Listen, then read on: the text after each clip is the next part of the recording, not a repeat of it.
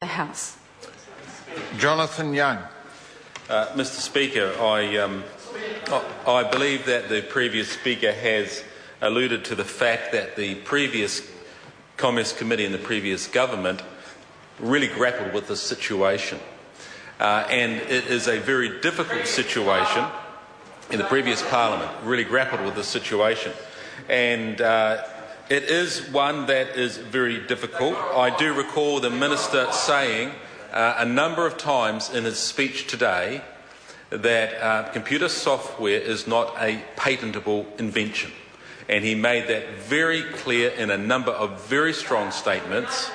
And, Mr. Speaker, obviously through this debate and through the committee stage of the whole House, this is going to be the crux of the issues that we face. And indeed, through that select committee process, which I was a member of, it was the one issue that did consume a tremendous amount of our time to get some progress on. The bill that we are looking at, the Patents Bill, replaces the Patents Act 1953, and it's time that we modernise this legal regime, especially since we as a nation are pushing in far more strongly into innovation around the technology, particularly around our foodstuffs, particularly around our manufacturing, and also around technology and electronics.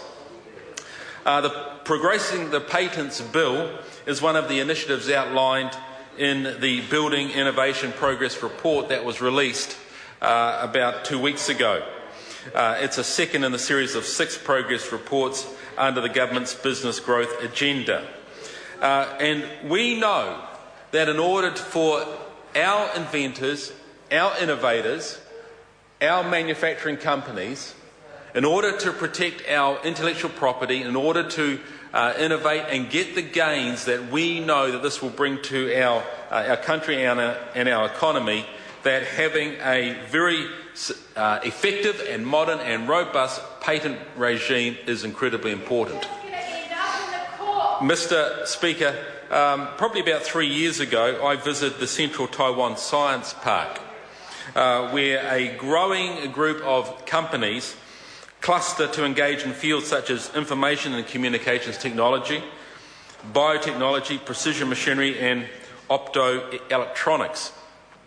This Central Science Park generated over $9 billion in 2008, with a total revenue of all 3 of their science parks generating $58 billion in revenue, in a nation that is approximately the same geographic size as of New Zealand, in a nation that's probably 4 times the size.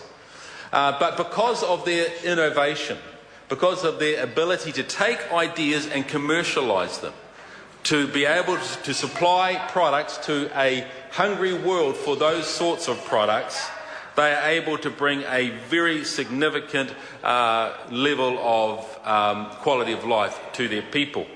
And so in all of this, the effective and a modern patent system protects that innovation. And I understand that there is a balance between encouraging innovation and protecting the bounty or the windfall that comes from that innovation. And we will get this right in our country.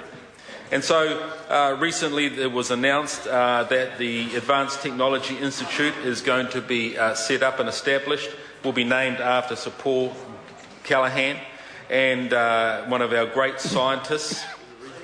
And he said that science could make New Zealand a better place. And that is such a true thing. And so we are focused on boosting growth and creating jobs. And you don't just do that by talking about it. You have to innovate, you have to invest, you have to then commercialise those inventions and those products in order to get the financial gain from those. And so the purpose of ATI is to help get New Zealand's most innovative ideas out of the lab and into the marketplace more quickly. It's a one-stop shop that will help high-tech firms become more competitive by better connecting them with innovation and business development and expertise. And undergirding this is a modern and effective patent regime system.